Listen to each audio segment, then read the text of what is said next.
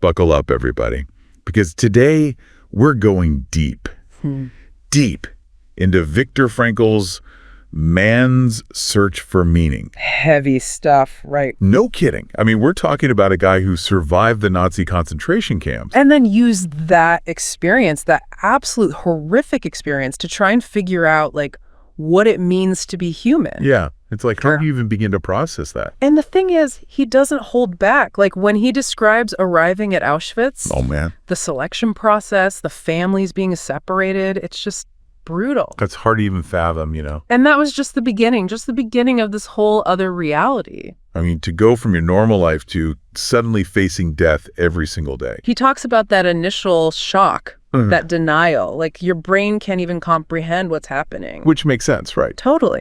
But then it gets even more disturbing, like the way the Nazis systematically dehumanized the prisoners. Right. Stripping them of everything, possessions, names. Even their clothes. It was all about breaking them down, making them feel less than human. And it worked, didn't it? Sadly, yeah. It was incredibly effective. So Frankl talks about these different phases that the prisoners went through mentally. So first there's the shock, obviously. Yeah. Then this kind of numbness. Yeah, he calls it apathy. Like they shut down emotionally to survive. It's a defense mechanism, right? Absolutely. Yeah. But then what happens after liberation? It wasn't all sunshine and roses, was it? No, not at all. A lot of survivors felt lost, disillusioned. Like they didn't belong anywhere. Imagine trying to go back to a world that just kept going without you. And that could never truly understand what you went through. Right. But even with all of that despair, Frankl still finds these moments of hope. Like that story about him imagining himself giving a lecture on his experiences. Yeah. Finding a reason to live because of that image. That, to me, is just amazing. Okay, so let's talk about logotherapy, because that seems to be at the heart of his whole philosophy. Absolutely. It's all about finding meaning in life, no matter what. Frankl believed that we all have this drive to find meaning. Even in the darkest places. Even in the darkest places. He actually says that this will to meaning is what keeps us going, gives us that resilience. So it's not just about surviving, it's about finding something to live for. Exactly. But how do you actually do that? Especially in a situation like a concentration camp. Well, that's where things get really interesting, because Frankl argues that responsibility is at the very core of human existence. So even when you're stripped of everything else, you still have the freedom to choose your attitude. No matter what happens to you, you have a choice in how you respond. Exactly. And that choice, that responsibility, that's where meaning is born. It's pretty powerful stuff. It is. It really makes you think. But it's not like he's saying we should just ignore the suffering, is he? No, of course not. Frankl himself experienced incredible loss and pain. He acknowledges that. Yeah. What he's saying is that suffering is part of life. It's unavoidable. But we have a choice. A choice. Yeah, a choice in how we relate to it, how we let it shape us. So it's more about finding meaning in the suffering rather than trying to avoid it. Exactly. And there's this one part that always gets to me when he talks about finding solace in the mental image of his wife. Oh, wow. He didn't even know if she was alive. Oh. But that love, those memories, they sustained him. That's incredible. It shows you the power of love, of human connection, even in the most horrific circumstances. It's really remarkable. So, okay, let's talk about some practical applications of this logotherapy idea. Like, how can people use this in their own lives? Well, one thing that Frankl talks about a lot is the importance of choosing your attitude. Okay. Right? So what if every single day you woke up and asked yourself, what meaning will I bring to this day? I like that. What choices will I make that align with my values, my purpose? It's so easy to get caught up in the daily grind, to lose sight of the bigger picture. It is. And that's why it's important to be intentional. So Frankl is saying even small actions can have meaning. Absolutely, if we infuse them with intention. Another thing that's really fascinating about Frankl's work is that he doesn't shy away from the darker aspects of human nature. What do you mean? Well, he talks about how some prisoners, in their desperation to survive, did things they never would have imagined doing under normal circumstances. Like what? Like stealing food from fellow prisoners. Oh, man. Or even informing on others. That's just heartbreaking. Yeah. And it makes you think, how would I react in that kind of situation? Right. How do you hold on to your morals when your own survival is at stake? Exactly. And that's what I find so compelling about Frankl's observations. He doesn't condone those actions. Yeah. But he's not condemning the people who made them either. It's hard to judge, right? Right. He's simply acknowledging the impossible choices they face. Yeah, the immense pressure, the constant threat of death, it's almost unimaginable. It is. It really is. And it makes you appreciate those who manage to maintain their humanity, their compassion, even in the face of such horror. It's incredible, isn't it? It really is. I'm also curious about what Frankl says about the guards. Were they all just monsters? Well, he actually talks about how there were different types of guards. Some were definitely sadistic, but others were just trying to survive within a brutal system. He even mentions instances where guards showed small acts of kindness. Really? Yeah, like sneaking extra food to a prisoner or looking the other way when rules were broken. Wow. Even in the darkest of places, there were glimmers of humanity. I bet those small acts of kindness meant everything to those prisoners. Oh, absolutely. It shows that individuals still have the power to choose compassion, even within a system of evil. Okay, so let's go back to the idea of liberation. You mentioned before that it wasn't this big celebration that you might expect. It wasn't, no. He describes this feeling of disbelief, gradually waking up to a world that had moved on without them. Like they didn't belong. Yeah, and the world didn't understand what they'd been through. Like an alien in your own life. Exactly. He calls it the phase of disillusionment. So how do they cope with that? Well, he uses this really interesting analogy. What is it? He compares it to decompression sickness, the kind that deep-sea divers experience. The compression sickness. Think about it. If a diver surfaces too quickly, Yeah. they can get really sick. Right. They have to slowly acclimate to the change in pressure. Ah, I see where you're going with this. He says it's the same for concentration camp survivors. It takes time to readjust. Exactly. Time to readjust to a world that feels both familiar and completely foreign. That's a powerful image. Yeah. Trauma changes you. It takes time to heal. So what happened to the survivors? Well, many of them struggled with guilt, with bitterness. Some even felt a desire for revenge. Understandable, I guess. Of course, Yeah. after experiencing such injustice. Yeah. But Frankl, he emphasizes the importance of moving beyond those feelings. Okay. Finding a way to build a life filled with meaning and purpose. Don't let the darkness consume you. You have the power to choose light, to create a future that honors your past but doesn't let it define you. And that's where logotherapy comes in. Exactly. It's about finding that unique meaning Okay. that resonates with your values, your experiences. It's not about some grand universal purpose. It's personal. Got it. It's about discovering what gives your life meaning. All right. So help me understand logotherapy a little bit better. I'm still a little fuzzy on how it actually works. What are the tools? Well, it's definitely a journey of self-discovery, but there are some tools that can help. Remember those techniques we talked about earlier? Do you mean like paradoxical intention and dereflection? yeah, those. We didn't really get into the nitty-gritty of how they work. Right. Okay, so with paradoxical intention, you're basically using humor and self-awareness to flip the script on your fears. Oh? Instead of trying to avoid what you fear, you lean into it. Wait, so if I'm afraid of public speaking, I should tell myself I want to embarrass myself in front of everyone. Well, not quite. It's more about playfully exaggerating the fear, almost making fun of it. It takes away its power. Oh, I get it. If you can laugh at it, it doesn't have as much control over you. Exactly. It's about shifting your perspective. I like that. Okay, so what about dereflection? What is that all about? So dereflection is about shifting your focus outward. Outward? Yeah, away from yourself and your problems. It's about connecting with something larger than yourself. Okay. It could be meaningful work, a passion project. Oh, I see. Or simply appreciating the beauty around you. It's about realizing that you're not defined by your limitations. That's a good point. Yeah, you're defined by your capacity for love, for creativity, for contribution. Wow. So it's kind of like mindfulness, but with a purpose. Yes. Yeah.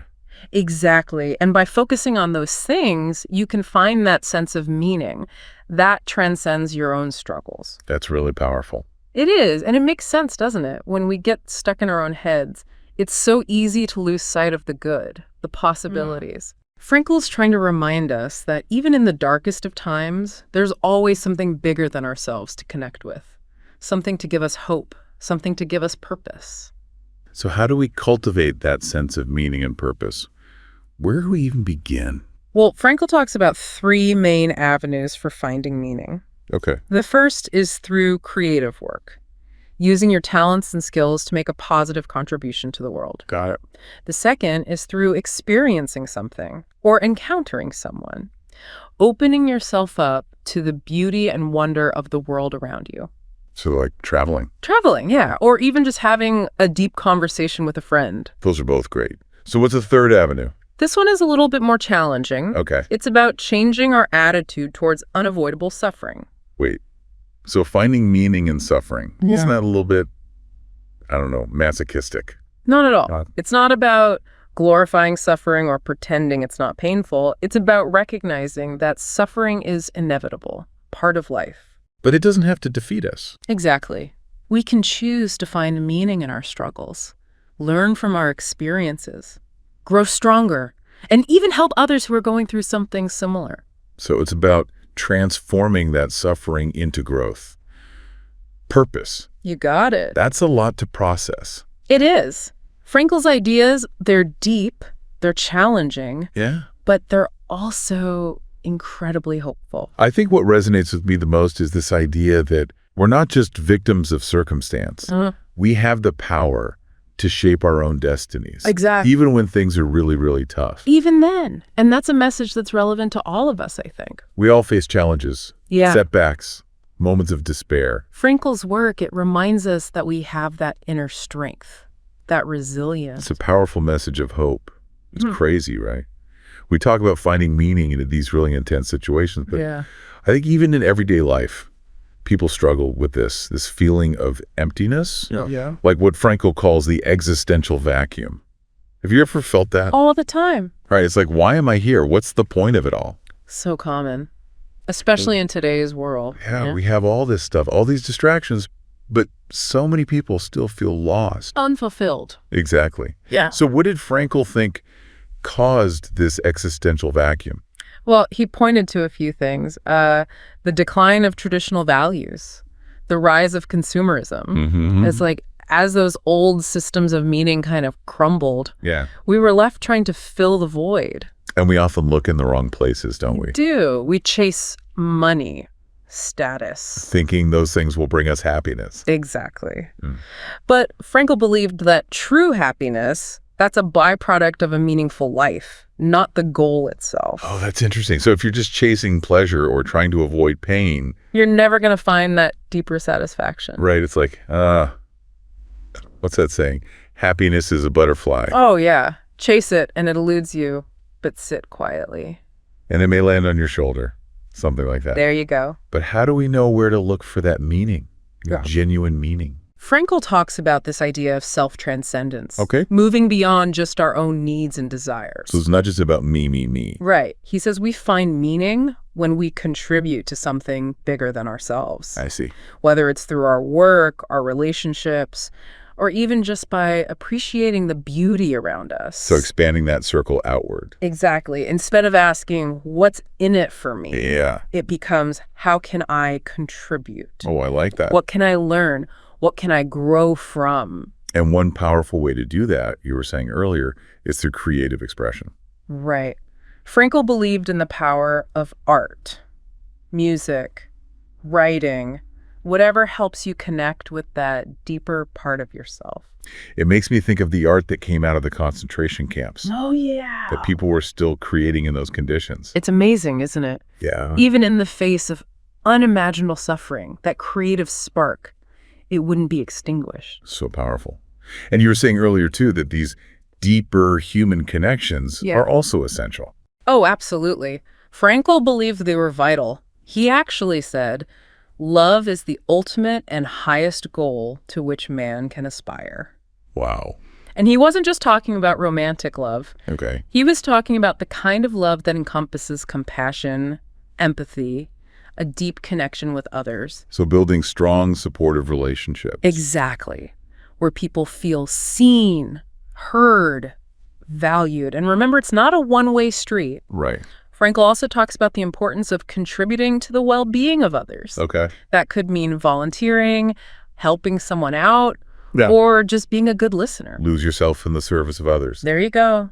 It's not about denying your own needs, of course. Right. But it's recognizing that fulfillment that often comes from giving back. You know, there's this other concept Frankl talks about that I found really interesting. Oh, yeah. What's that?